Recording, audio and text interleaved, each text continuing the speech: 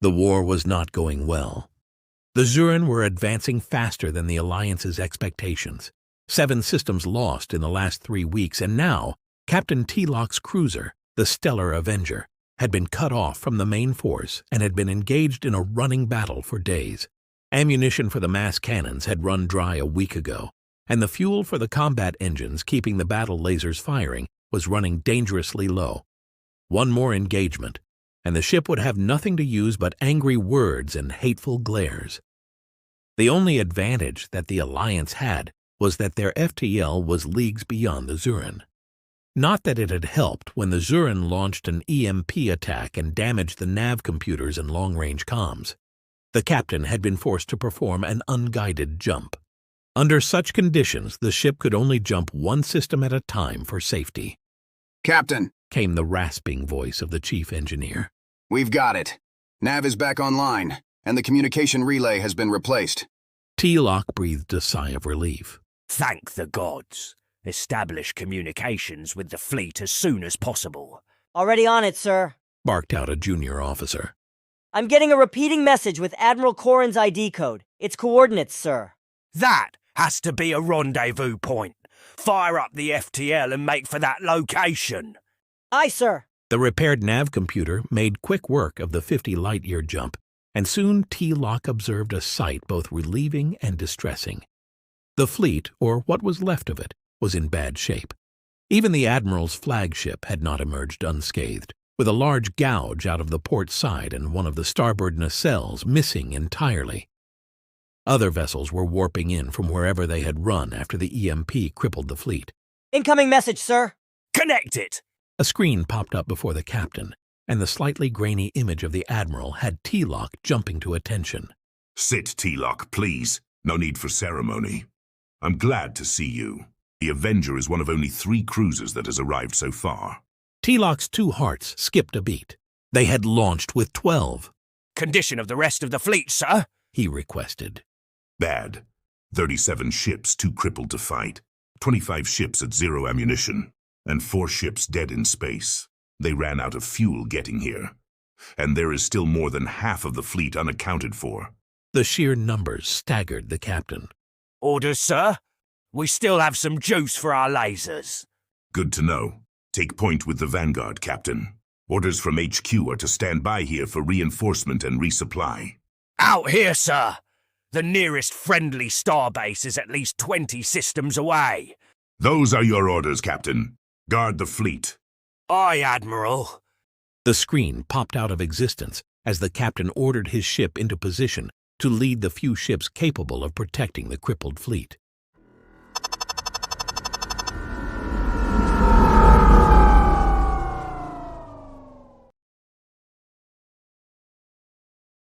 Captain, new signal transiting out of warp. It's big, sir.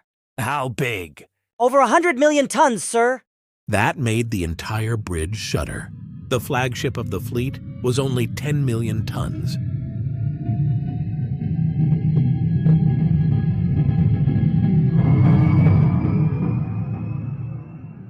Target the enemy. A futile gesture, to be sure, but by the gods, T-Lock would not go down without a fight. Hold fire, sir. I have a friendly IFF ping. Impossible. The Alliance doesn't have a ship that size. The ship registration says the vessel is human, sir. Humans? Exclaimed T-Lock's second-in-command. What are they doing here? The nearest human outpost is 300 light-years away. That's what the register says, sir. The humans aren't even part of the Alliance. The second-in-command whined. They are not our enemies either, Number 2. I will not reject help no matter the source. But sir, in the last war They outnumbered and outgunned us. Do not test my knowledge of history, Number 2. The humans defeated us in a mere 3 months. But they were also honourable. Any ship that surrendered was towed to a repair station, and the crew were kept in very reasonable confinement until negotiations for peace were made, and all prisoners were released without exception. I doubt you would receive such a deal from the Shurin. The second-in-command wisely shut his mouth. Suddenly, a cry came from the communications officer. Sir, incoming message from the human ship. Patch it through to the main screen. The display screen on the bridge showed a moment of static before a human with long hair appeared, showing off many of its teeth. Hello, and thank you for using Alpha Centauri Logistics Services. My name is Heather. How can I help you today? The human declared in a bright and happy voice, never losing her smile. The bridge crew was caught off guard by the cheerful greeting. Even T-Lock was taken aback for a moment before his mind grasped onto a word that made sense in this situation. Logistics. So you're here to resupply us? That is correct, sir. Now the absurd size of the ship made sense. Well, in that case, we are in need of ammunition. Let's see. The human said while typing away on her keyboard. An Alliance Avenger-class cruiser, full complement of 20,200mm rounds for the main railguns and 300,000 rounds for the mass driver point defense guns. I can have those fabricated and sent out to you in 10 minutes. Will you be needing any fuel cells for your laser banks? Yes, please. Done! Would you like a top-off for your engines? Number 2. Inquired the captain. Fuel rods are down to 10%, sir. A full replacement for our fuel rods, please. All right, 12 deuterium fuel rods. I can see your ship is a little banged up. Would you like me to add a nanotechnician to your order? A nanotechnician? Yes, sir. A fully qualified repair tech equipped with the very latest in nanomachines. Repairs guaranteed as good as any dry dock. That would be most appreciated. Of course, sir. Would you like anything else? The Alliance purchased ACL Premium, so the entirety of our goods and services are at your disposal. What do you offer? The human beamed brighter than ever. We pride ourselves on providing just about anything a spacefaring sailor could ever need or want. Our medical services offer everything from simple sterile bandages to galactic-certified physicians and specialists.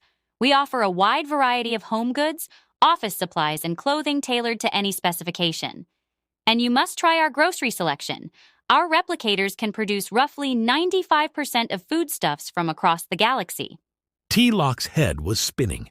These humans were a gift from the gods. That last service had him practically salivating. The crew had been on rations of nutrient paste for a week. Fresh meat, fruits, and vegetables would do wonders for crew morale. Please give us a moment. T-Lock said to the human. She nodded with that ever-present smile on her face. Number 2. Get all department heads and the ship's cook up here with list of needed supplies in 10 minutes. Yes, sir! Came an eager reply. An hour later, and T-Lock was happier than he'd been in months. An entire fleet of cargo drones was streaming back and forth from the human ship and the stricken fleet. The cloud of combat-capable ships surrounding the Avenger in the vanguard was growing steadily. The human Heather had asked only once for the captain to bring his cruiser closer to the supply ship to facilitate a quicker transaction. He had politely refused. Orders were orders after all. And the human, God's bless her hairy head, had only nodded and not pressed the issue. The ship's cook had whipped up a simple yet delicious meal of paw noodles with meat sauce, Rotham beans, and a whole fruit for each crew member. The humans even had plurb juice, a favorite of the crew. With full bellies, the crew went about stowing the fresh supplies with renewed vigor. Some were even singing songs of victory as they went about their duties. T-Lock stood happily upon the bridge, enjoying the almost tangible sense of joy aboard his ship as he bit into a fresh tangy fruit. By every good thing in the verse. Those human food synthesizers were good. The tangy tasted just as good as the last time he had eaten one back before he'd joined the academy. T-Lock finished his fruit and turned his attention back to his monitors. His crew had feasted, and now it was time for his ship to, metaphorically, do the same. Emergency generators had been brought online so the main engines could be shut down to replace the fuel rods. It was a dangerous time for his ship, as the generators were only rated to power life support and basic navigation. Naturally, that's when everything went to pot. Sir, multiple signals warping in. It's the Zurin. T-Lock punched a button on his command chair. All hands to your posts! Battle stations! Excuse me? Number 2. Tell engineering to hurry up with the refueling.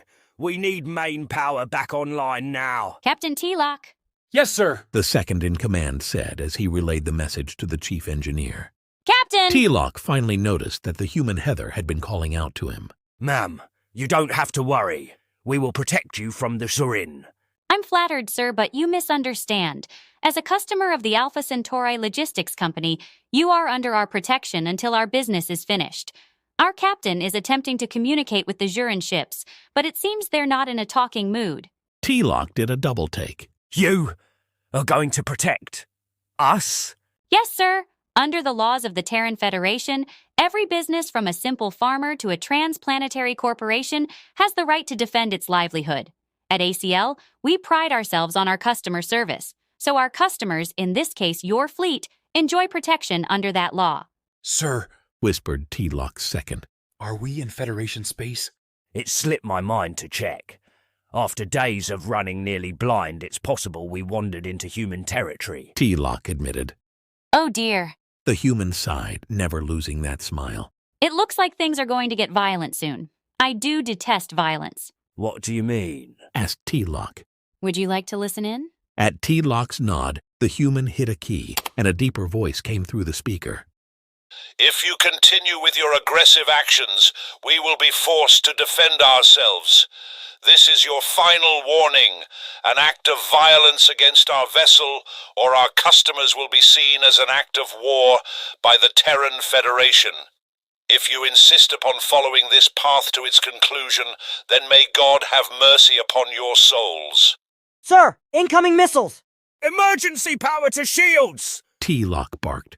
That won't be necessary, Captain. Interrupted the human Heather. A blossom of light from the main view screen drew T-Lock's attention, and the sight he saw defied all his expectations. One of the missiles headed for his own ship had detonated far too soon to do any damage. It did not take long to see why.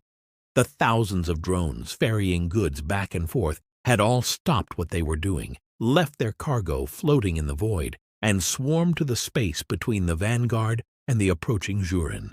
A metal rod that T-Lock had thought was an antenna revealed itself to be the barrel of a masked driver as the fleet of drones opened fire on the incoming missiles. Of the hundreds of projectiles heading toward the fleet, not one remained. The drones had shot them all down, and one drone had even sacrificed itself to take out an armored torpedo. The human ship's captain came through the speakers again. Your hostile actions have been noted. Please be advised that by attempting to interfere with our business transaction, you have assumed all costs and damages for it. A bill will be sent to your home world. The Federation authorities have been notified. Federation warships will be arriving shortly. Whatever is left of your fleet after they're done will be salvaged and rendered down into usable materials. Any value from this will be credited to your bill. Some free advice, one sailor to another. Turn around, run now, and you may live to see another day. The Zurin did not heed the advice from the human captain, and instead fired another volley of missiles and torpedoes. This attack was even less successful than the first, as the drones were ready for it now. Oh, why are these military types so hard-headed? Asked the human Heather. Can't they see there's no profit in this? After a third volley was defeated, new ships started to warp into the system. 24 cruisers twice the size of the Stellar Avenger, scores of corvettes and frigates, a dreadnought even bigger than the human supply ship, and 2 carriers that started disgorging hundreds of fighters as soon as they entered the system. The slaughter, for it could hardly be called a battle, was over in minutes. Thanks for the assist, fellas. You get the standard 50% discount in exchange for letting us scrap the remains. Best deal we ever made. Far cheaper to scrap material than to buy it from the mining company. The human Heather remarked as she turned back to a horrified T-Lock. Well, your alliance just got the discount of a lifetime. Terran business laws are very strict, and now the Zurin have incurred the cost of our transaction here. So, will there be anything else? She asked with a smile.